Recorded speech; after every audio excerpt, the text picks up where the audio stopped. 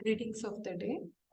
Today I'm going to present a topic which is a sonnet written by William Shakespeare. Let me share the screen and explain in detail.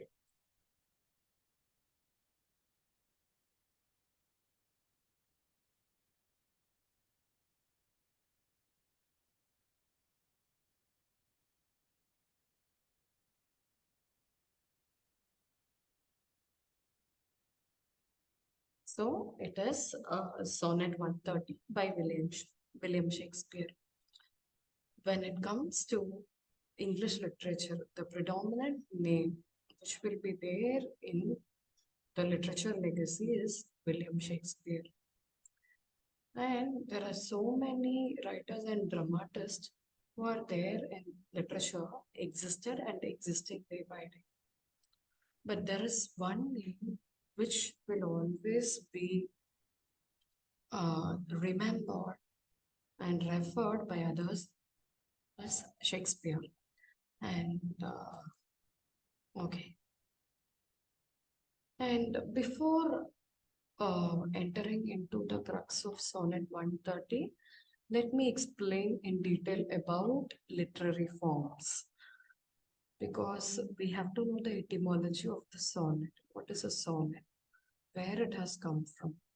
So, English literature can be categorized into several primary literary forms with unique characteristic and convention. They are poetry, and when it is poetry, it uses rhythm, and there is norms which has to be followed while writing poetry. And prose, which includes novel or fiction, novellas and short stories, and drama, which are usually enacted, which are scripted works for theatrical performance, and non-fiction usually go on with essays, biographies, journal, free verse writings, and so on. So these are the major literary forms when it comes to literature. Poetry. So we are entering into the genre of poetry. When it comes to poetry, this is the form which has existed before ages. And I can go on with reference to Plato, Sophocles, Aristophanes, and somebody who has touched upon poetry. And poetry is a collection of words that expresses an emotion or idea. Poems are literary attempts to share one's personal feelings and experiences. Usually, when it is a poetry, it tells about one's feelings. And as the adage goes on, one remembers about Wordsworth's quotes on poetry, which is like spontaneous overflow of powerful feelings and emotions recollected in tranquility. And when it goes on with Shelley's quote, which is like poetry is like a fountain, which gives out the waters of wisdom. So there are so many quotes when it comes to poetry. And good poems show images which lead radar the sense of delight, awe, and wonder. And there are so many types of poetry. Narrative poetry, which goes on with epic, ballad, monologue, metricals, and romance. Lyric poetry, which takes into account of elegy, ode, and sonnet. Dramatic poetry, which comprises of tragedy, comedy, tragicomedy, close drama, masque, etc. And in the genre of poetry comes the sonnet, and when it is sonnet, it is like it has 14 lines. The sonnet must be written in iambic pentameter, which is like a proper arrangement which is used for eras by authors. So it consists of 10 syllables and 2 lines. So that is iambic pentameter. A sonnet follows specific rhyme scheme depending on the type of sonnet. A sonnet may be about any subject, though they are often about love or nature. A sonnet introduces a problem or question at the beginning, and the resolution is offered and return. So there are 3 forms of sonnet. One is Petrarchan sonnet, Shakespearean sonnet or English sonnet, and Spenserian sonnet. So it takes the name from the authors or poets who introduced it. Petrarch introduced Petrarchan sonnet from Italy. So the rhyme scheme goes on with ABBA, ABBA, CDE, CDE. Shakespearean or English sonnet takes up couplet. This GG is the couplet. the last of usually sonnet consists of 14 lines. The last two lines is called couplet, which is found in Shakespearean sonnet. Spenserian sonnet, a poet called Spenser who introduced it, and the rhyme scheme is AB, AB, BC, BC, CD, CD, and E. And he used in his sonnet called Amoreti. And going on with Shakespeare, as we know, he is the father of drama, and he is called Bard of Avon, and he lived in the period of Elizabethan era. He wrote about 38 plays, 154 sonnets, 2 narrative poems. He is regarded as one of the great writers of all times. His plays are performed all over the world and is translated to several languages. He wrote both comedies, tragedies, and his later plays, it's referred as reconciliation plays. Some examples are Tempest, Cymbeline, etc. So when it comes to say Shakespearean sonnet, I told like the what sonnet means strain, little strain, and it takes its etymology from Italy.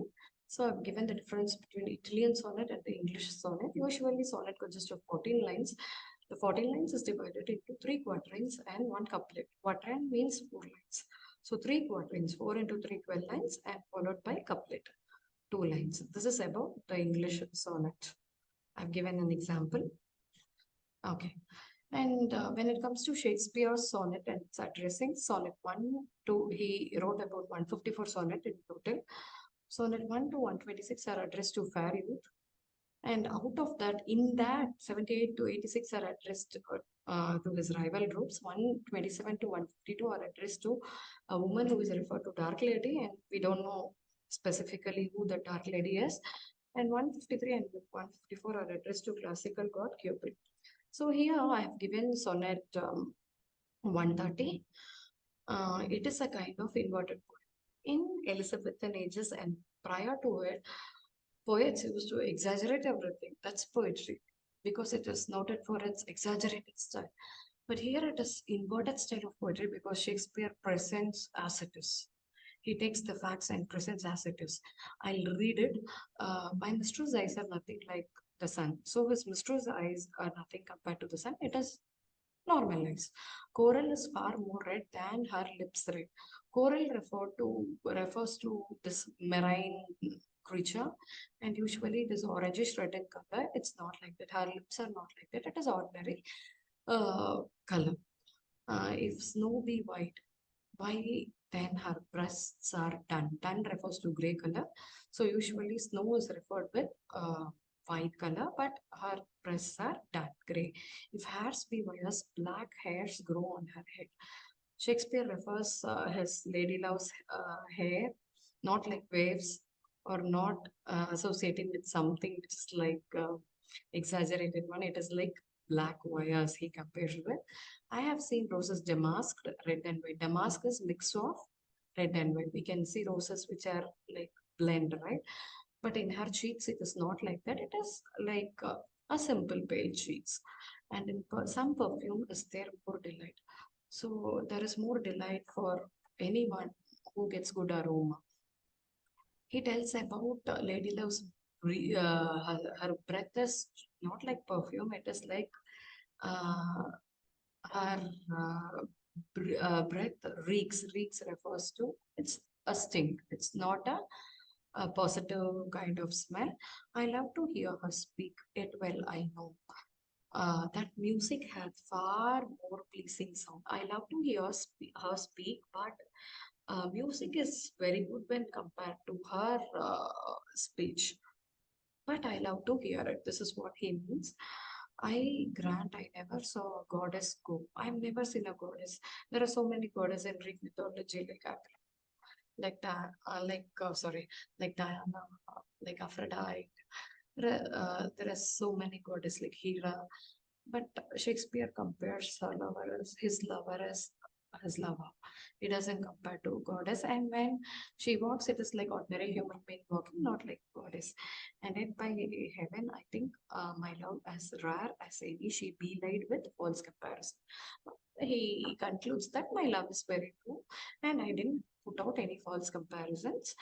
And it is like as it is. And I've given the analysis of what I have mentioned. He notes very ordinary characteristics associated with his lover. Exaggeration is totally not there. So critical appreciation of Sonnet 130. So when it comes to critical appreciation, according to many critics, it has broken the mold of idealized beauty.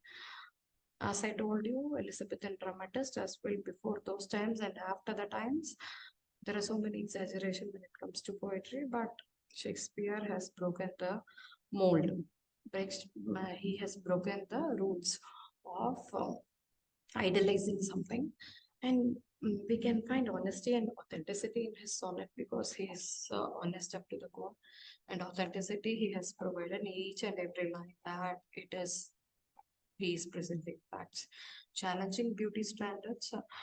As I said, he didn't compare to any goddess. He presents his lover as it is, embracing individuality and flaws. He accept lines like reeks and all stings. He present as it is. Flaws also he accepts. Subverting traditional love poetry. Traditional love poetry goes with lots of numerous rules, but Shakespeare broke all the rules and he has presented simply facts. So I've given few questions and answers when it comes to examination point of view, like critical appreciation of some patriotic theme involved, how he's sincere, conflict, imagery discussed, and what is the moral of the sonnet. These are some of the questions which can be expected. And I've given a video link in which it provides a visual imagery of sonnet 130. And let me conclude this presentation by the quotes of Shakespeare because it is his own creation. I can no other answer make but thanks and thanks. So thank you for giving an opportunity to present this. Hope you will make use of it and get benefited out of it. Try to read so many sonnets and there are so many essences which are left behind in literature. Relish. Thank you.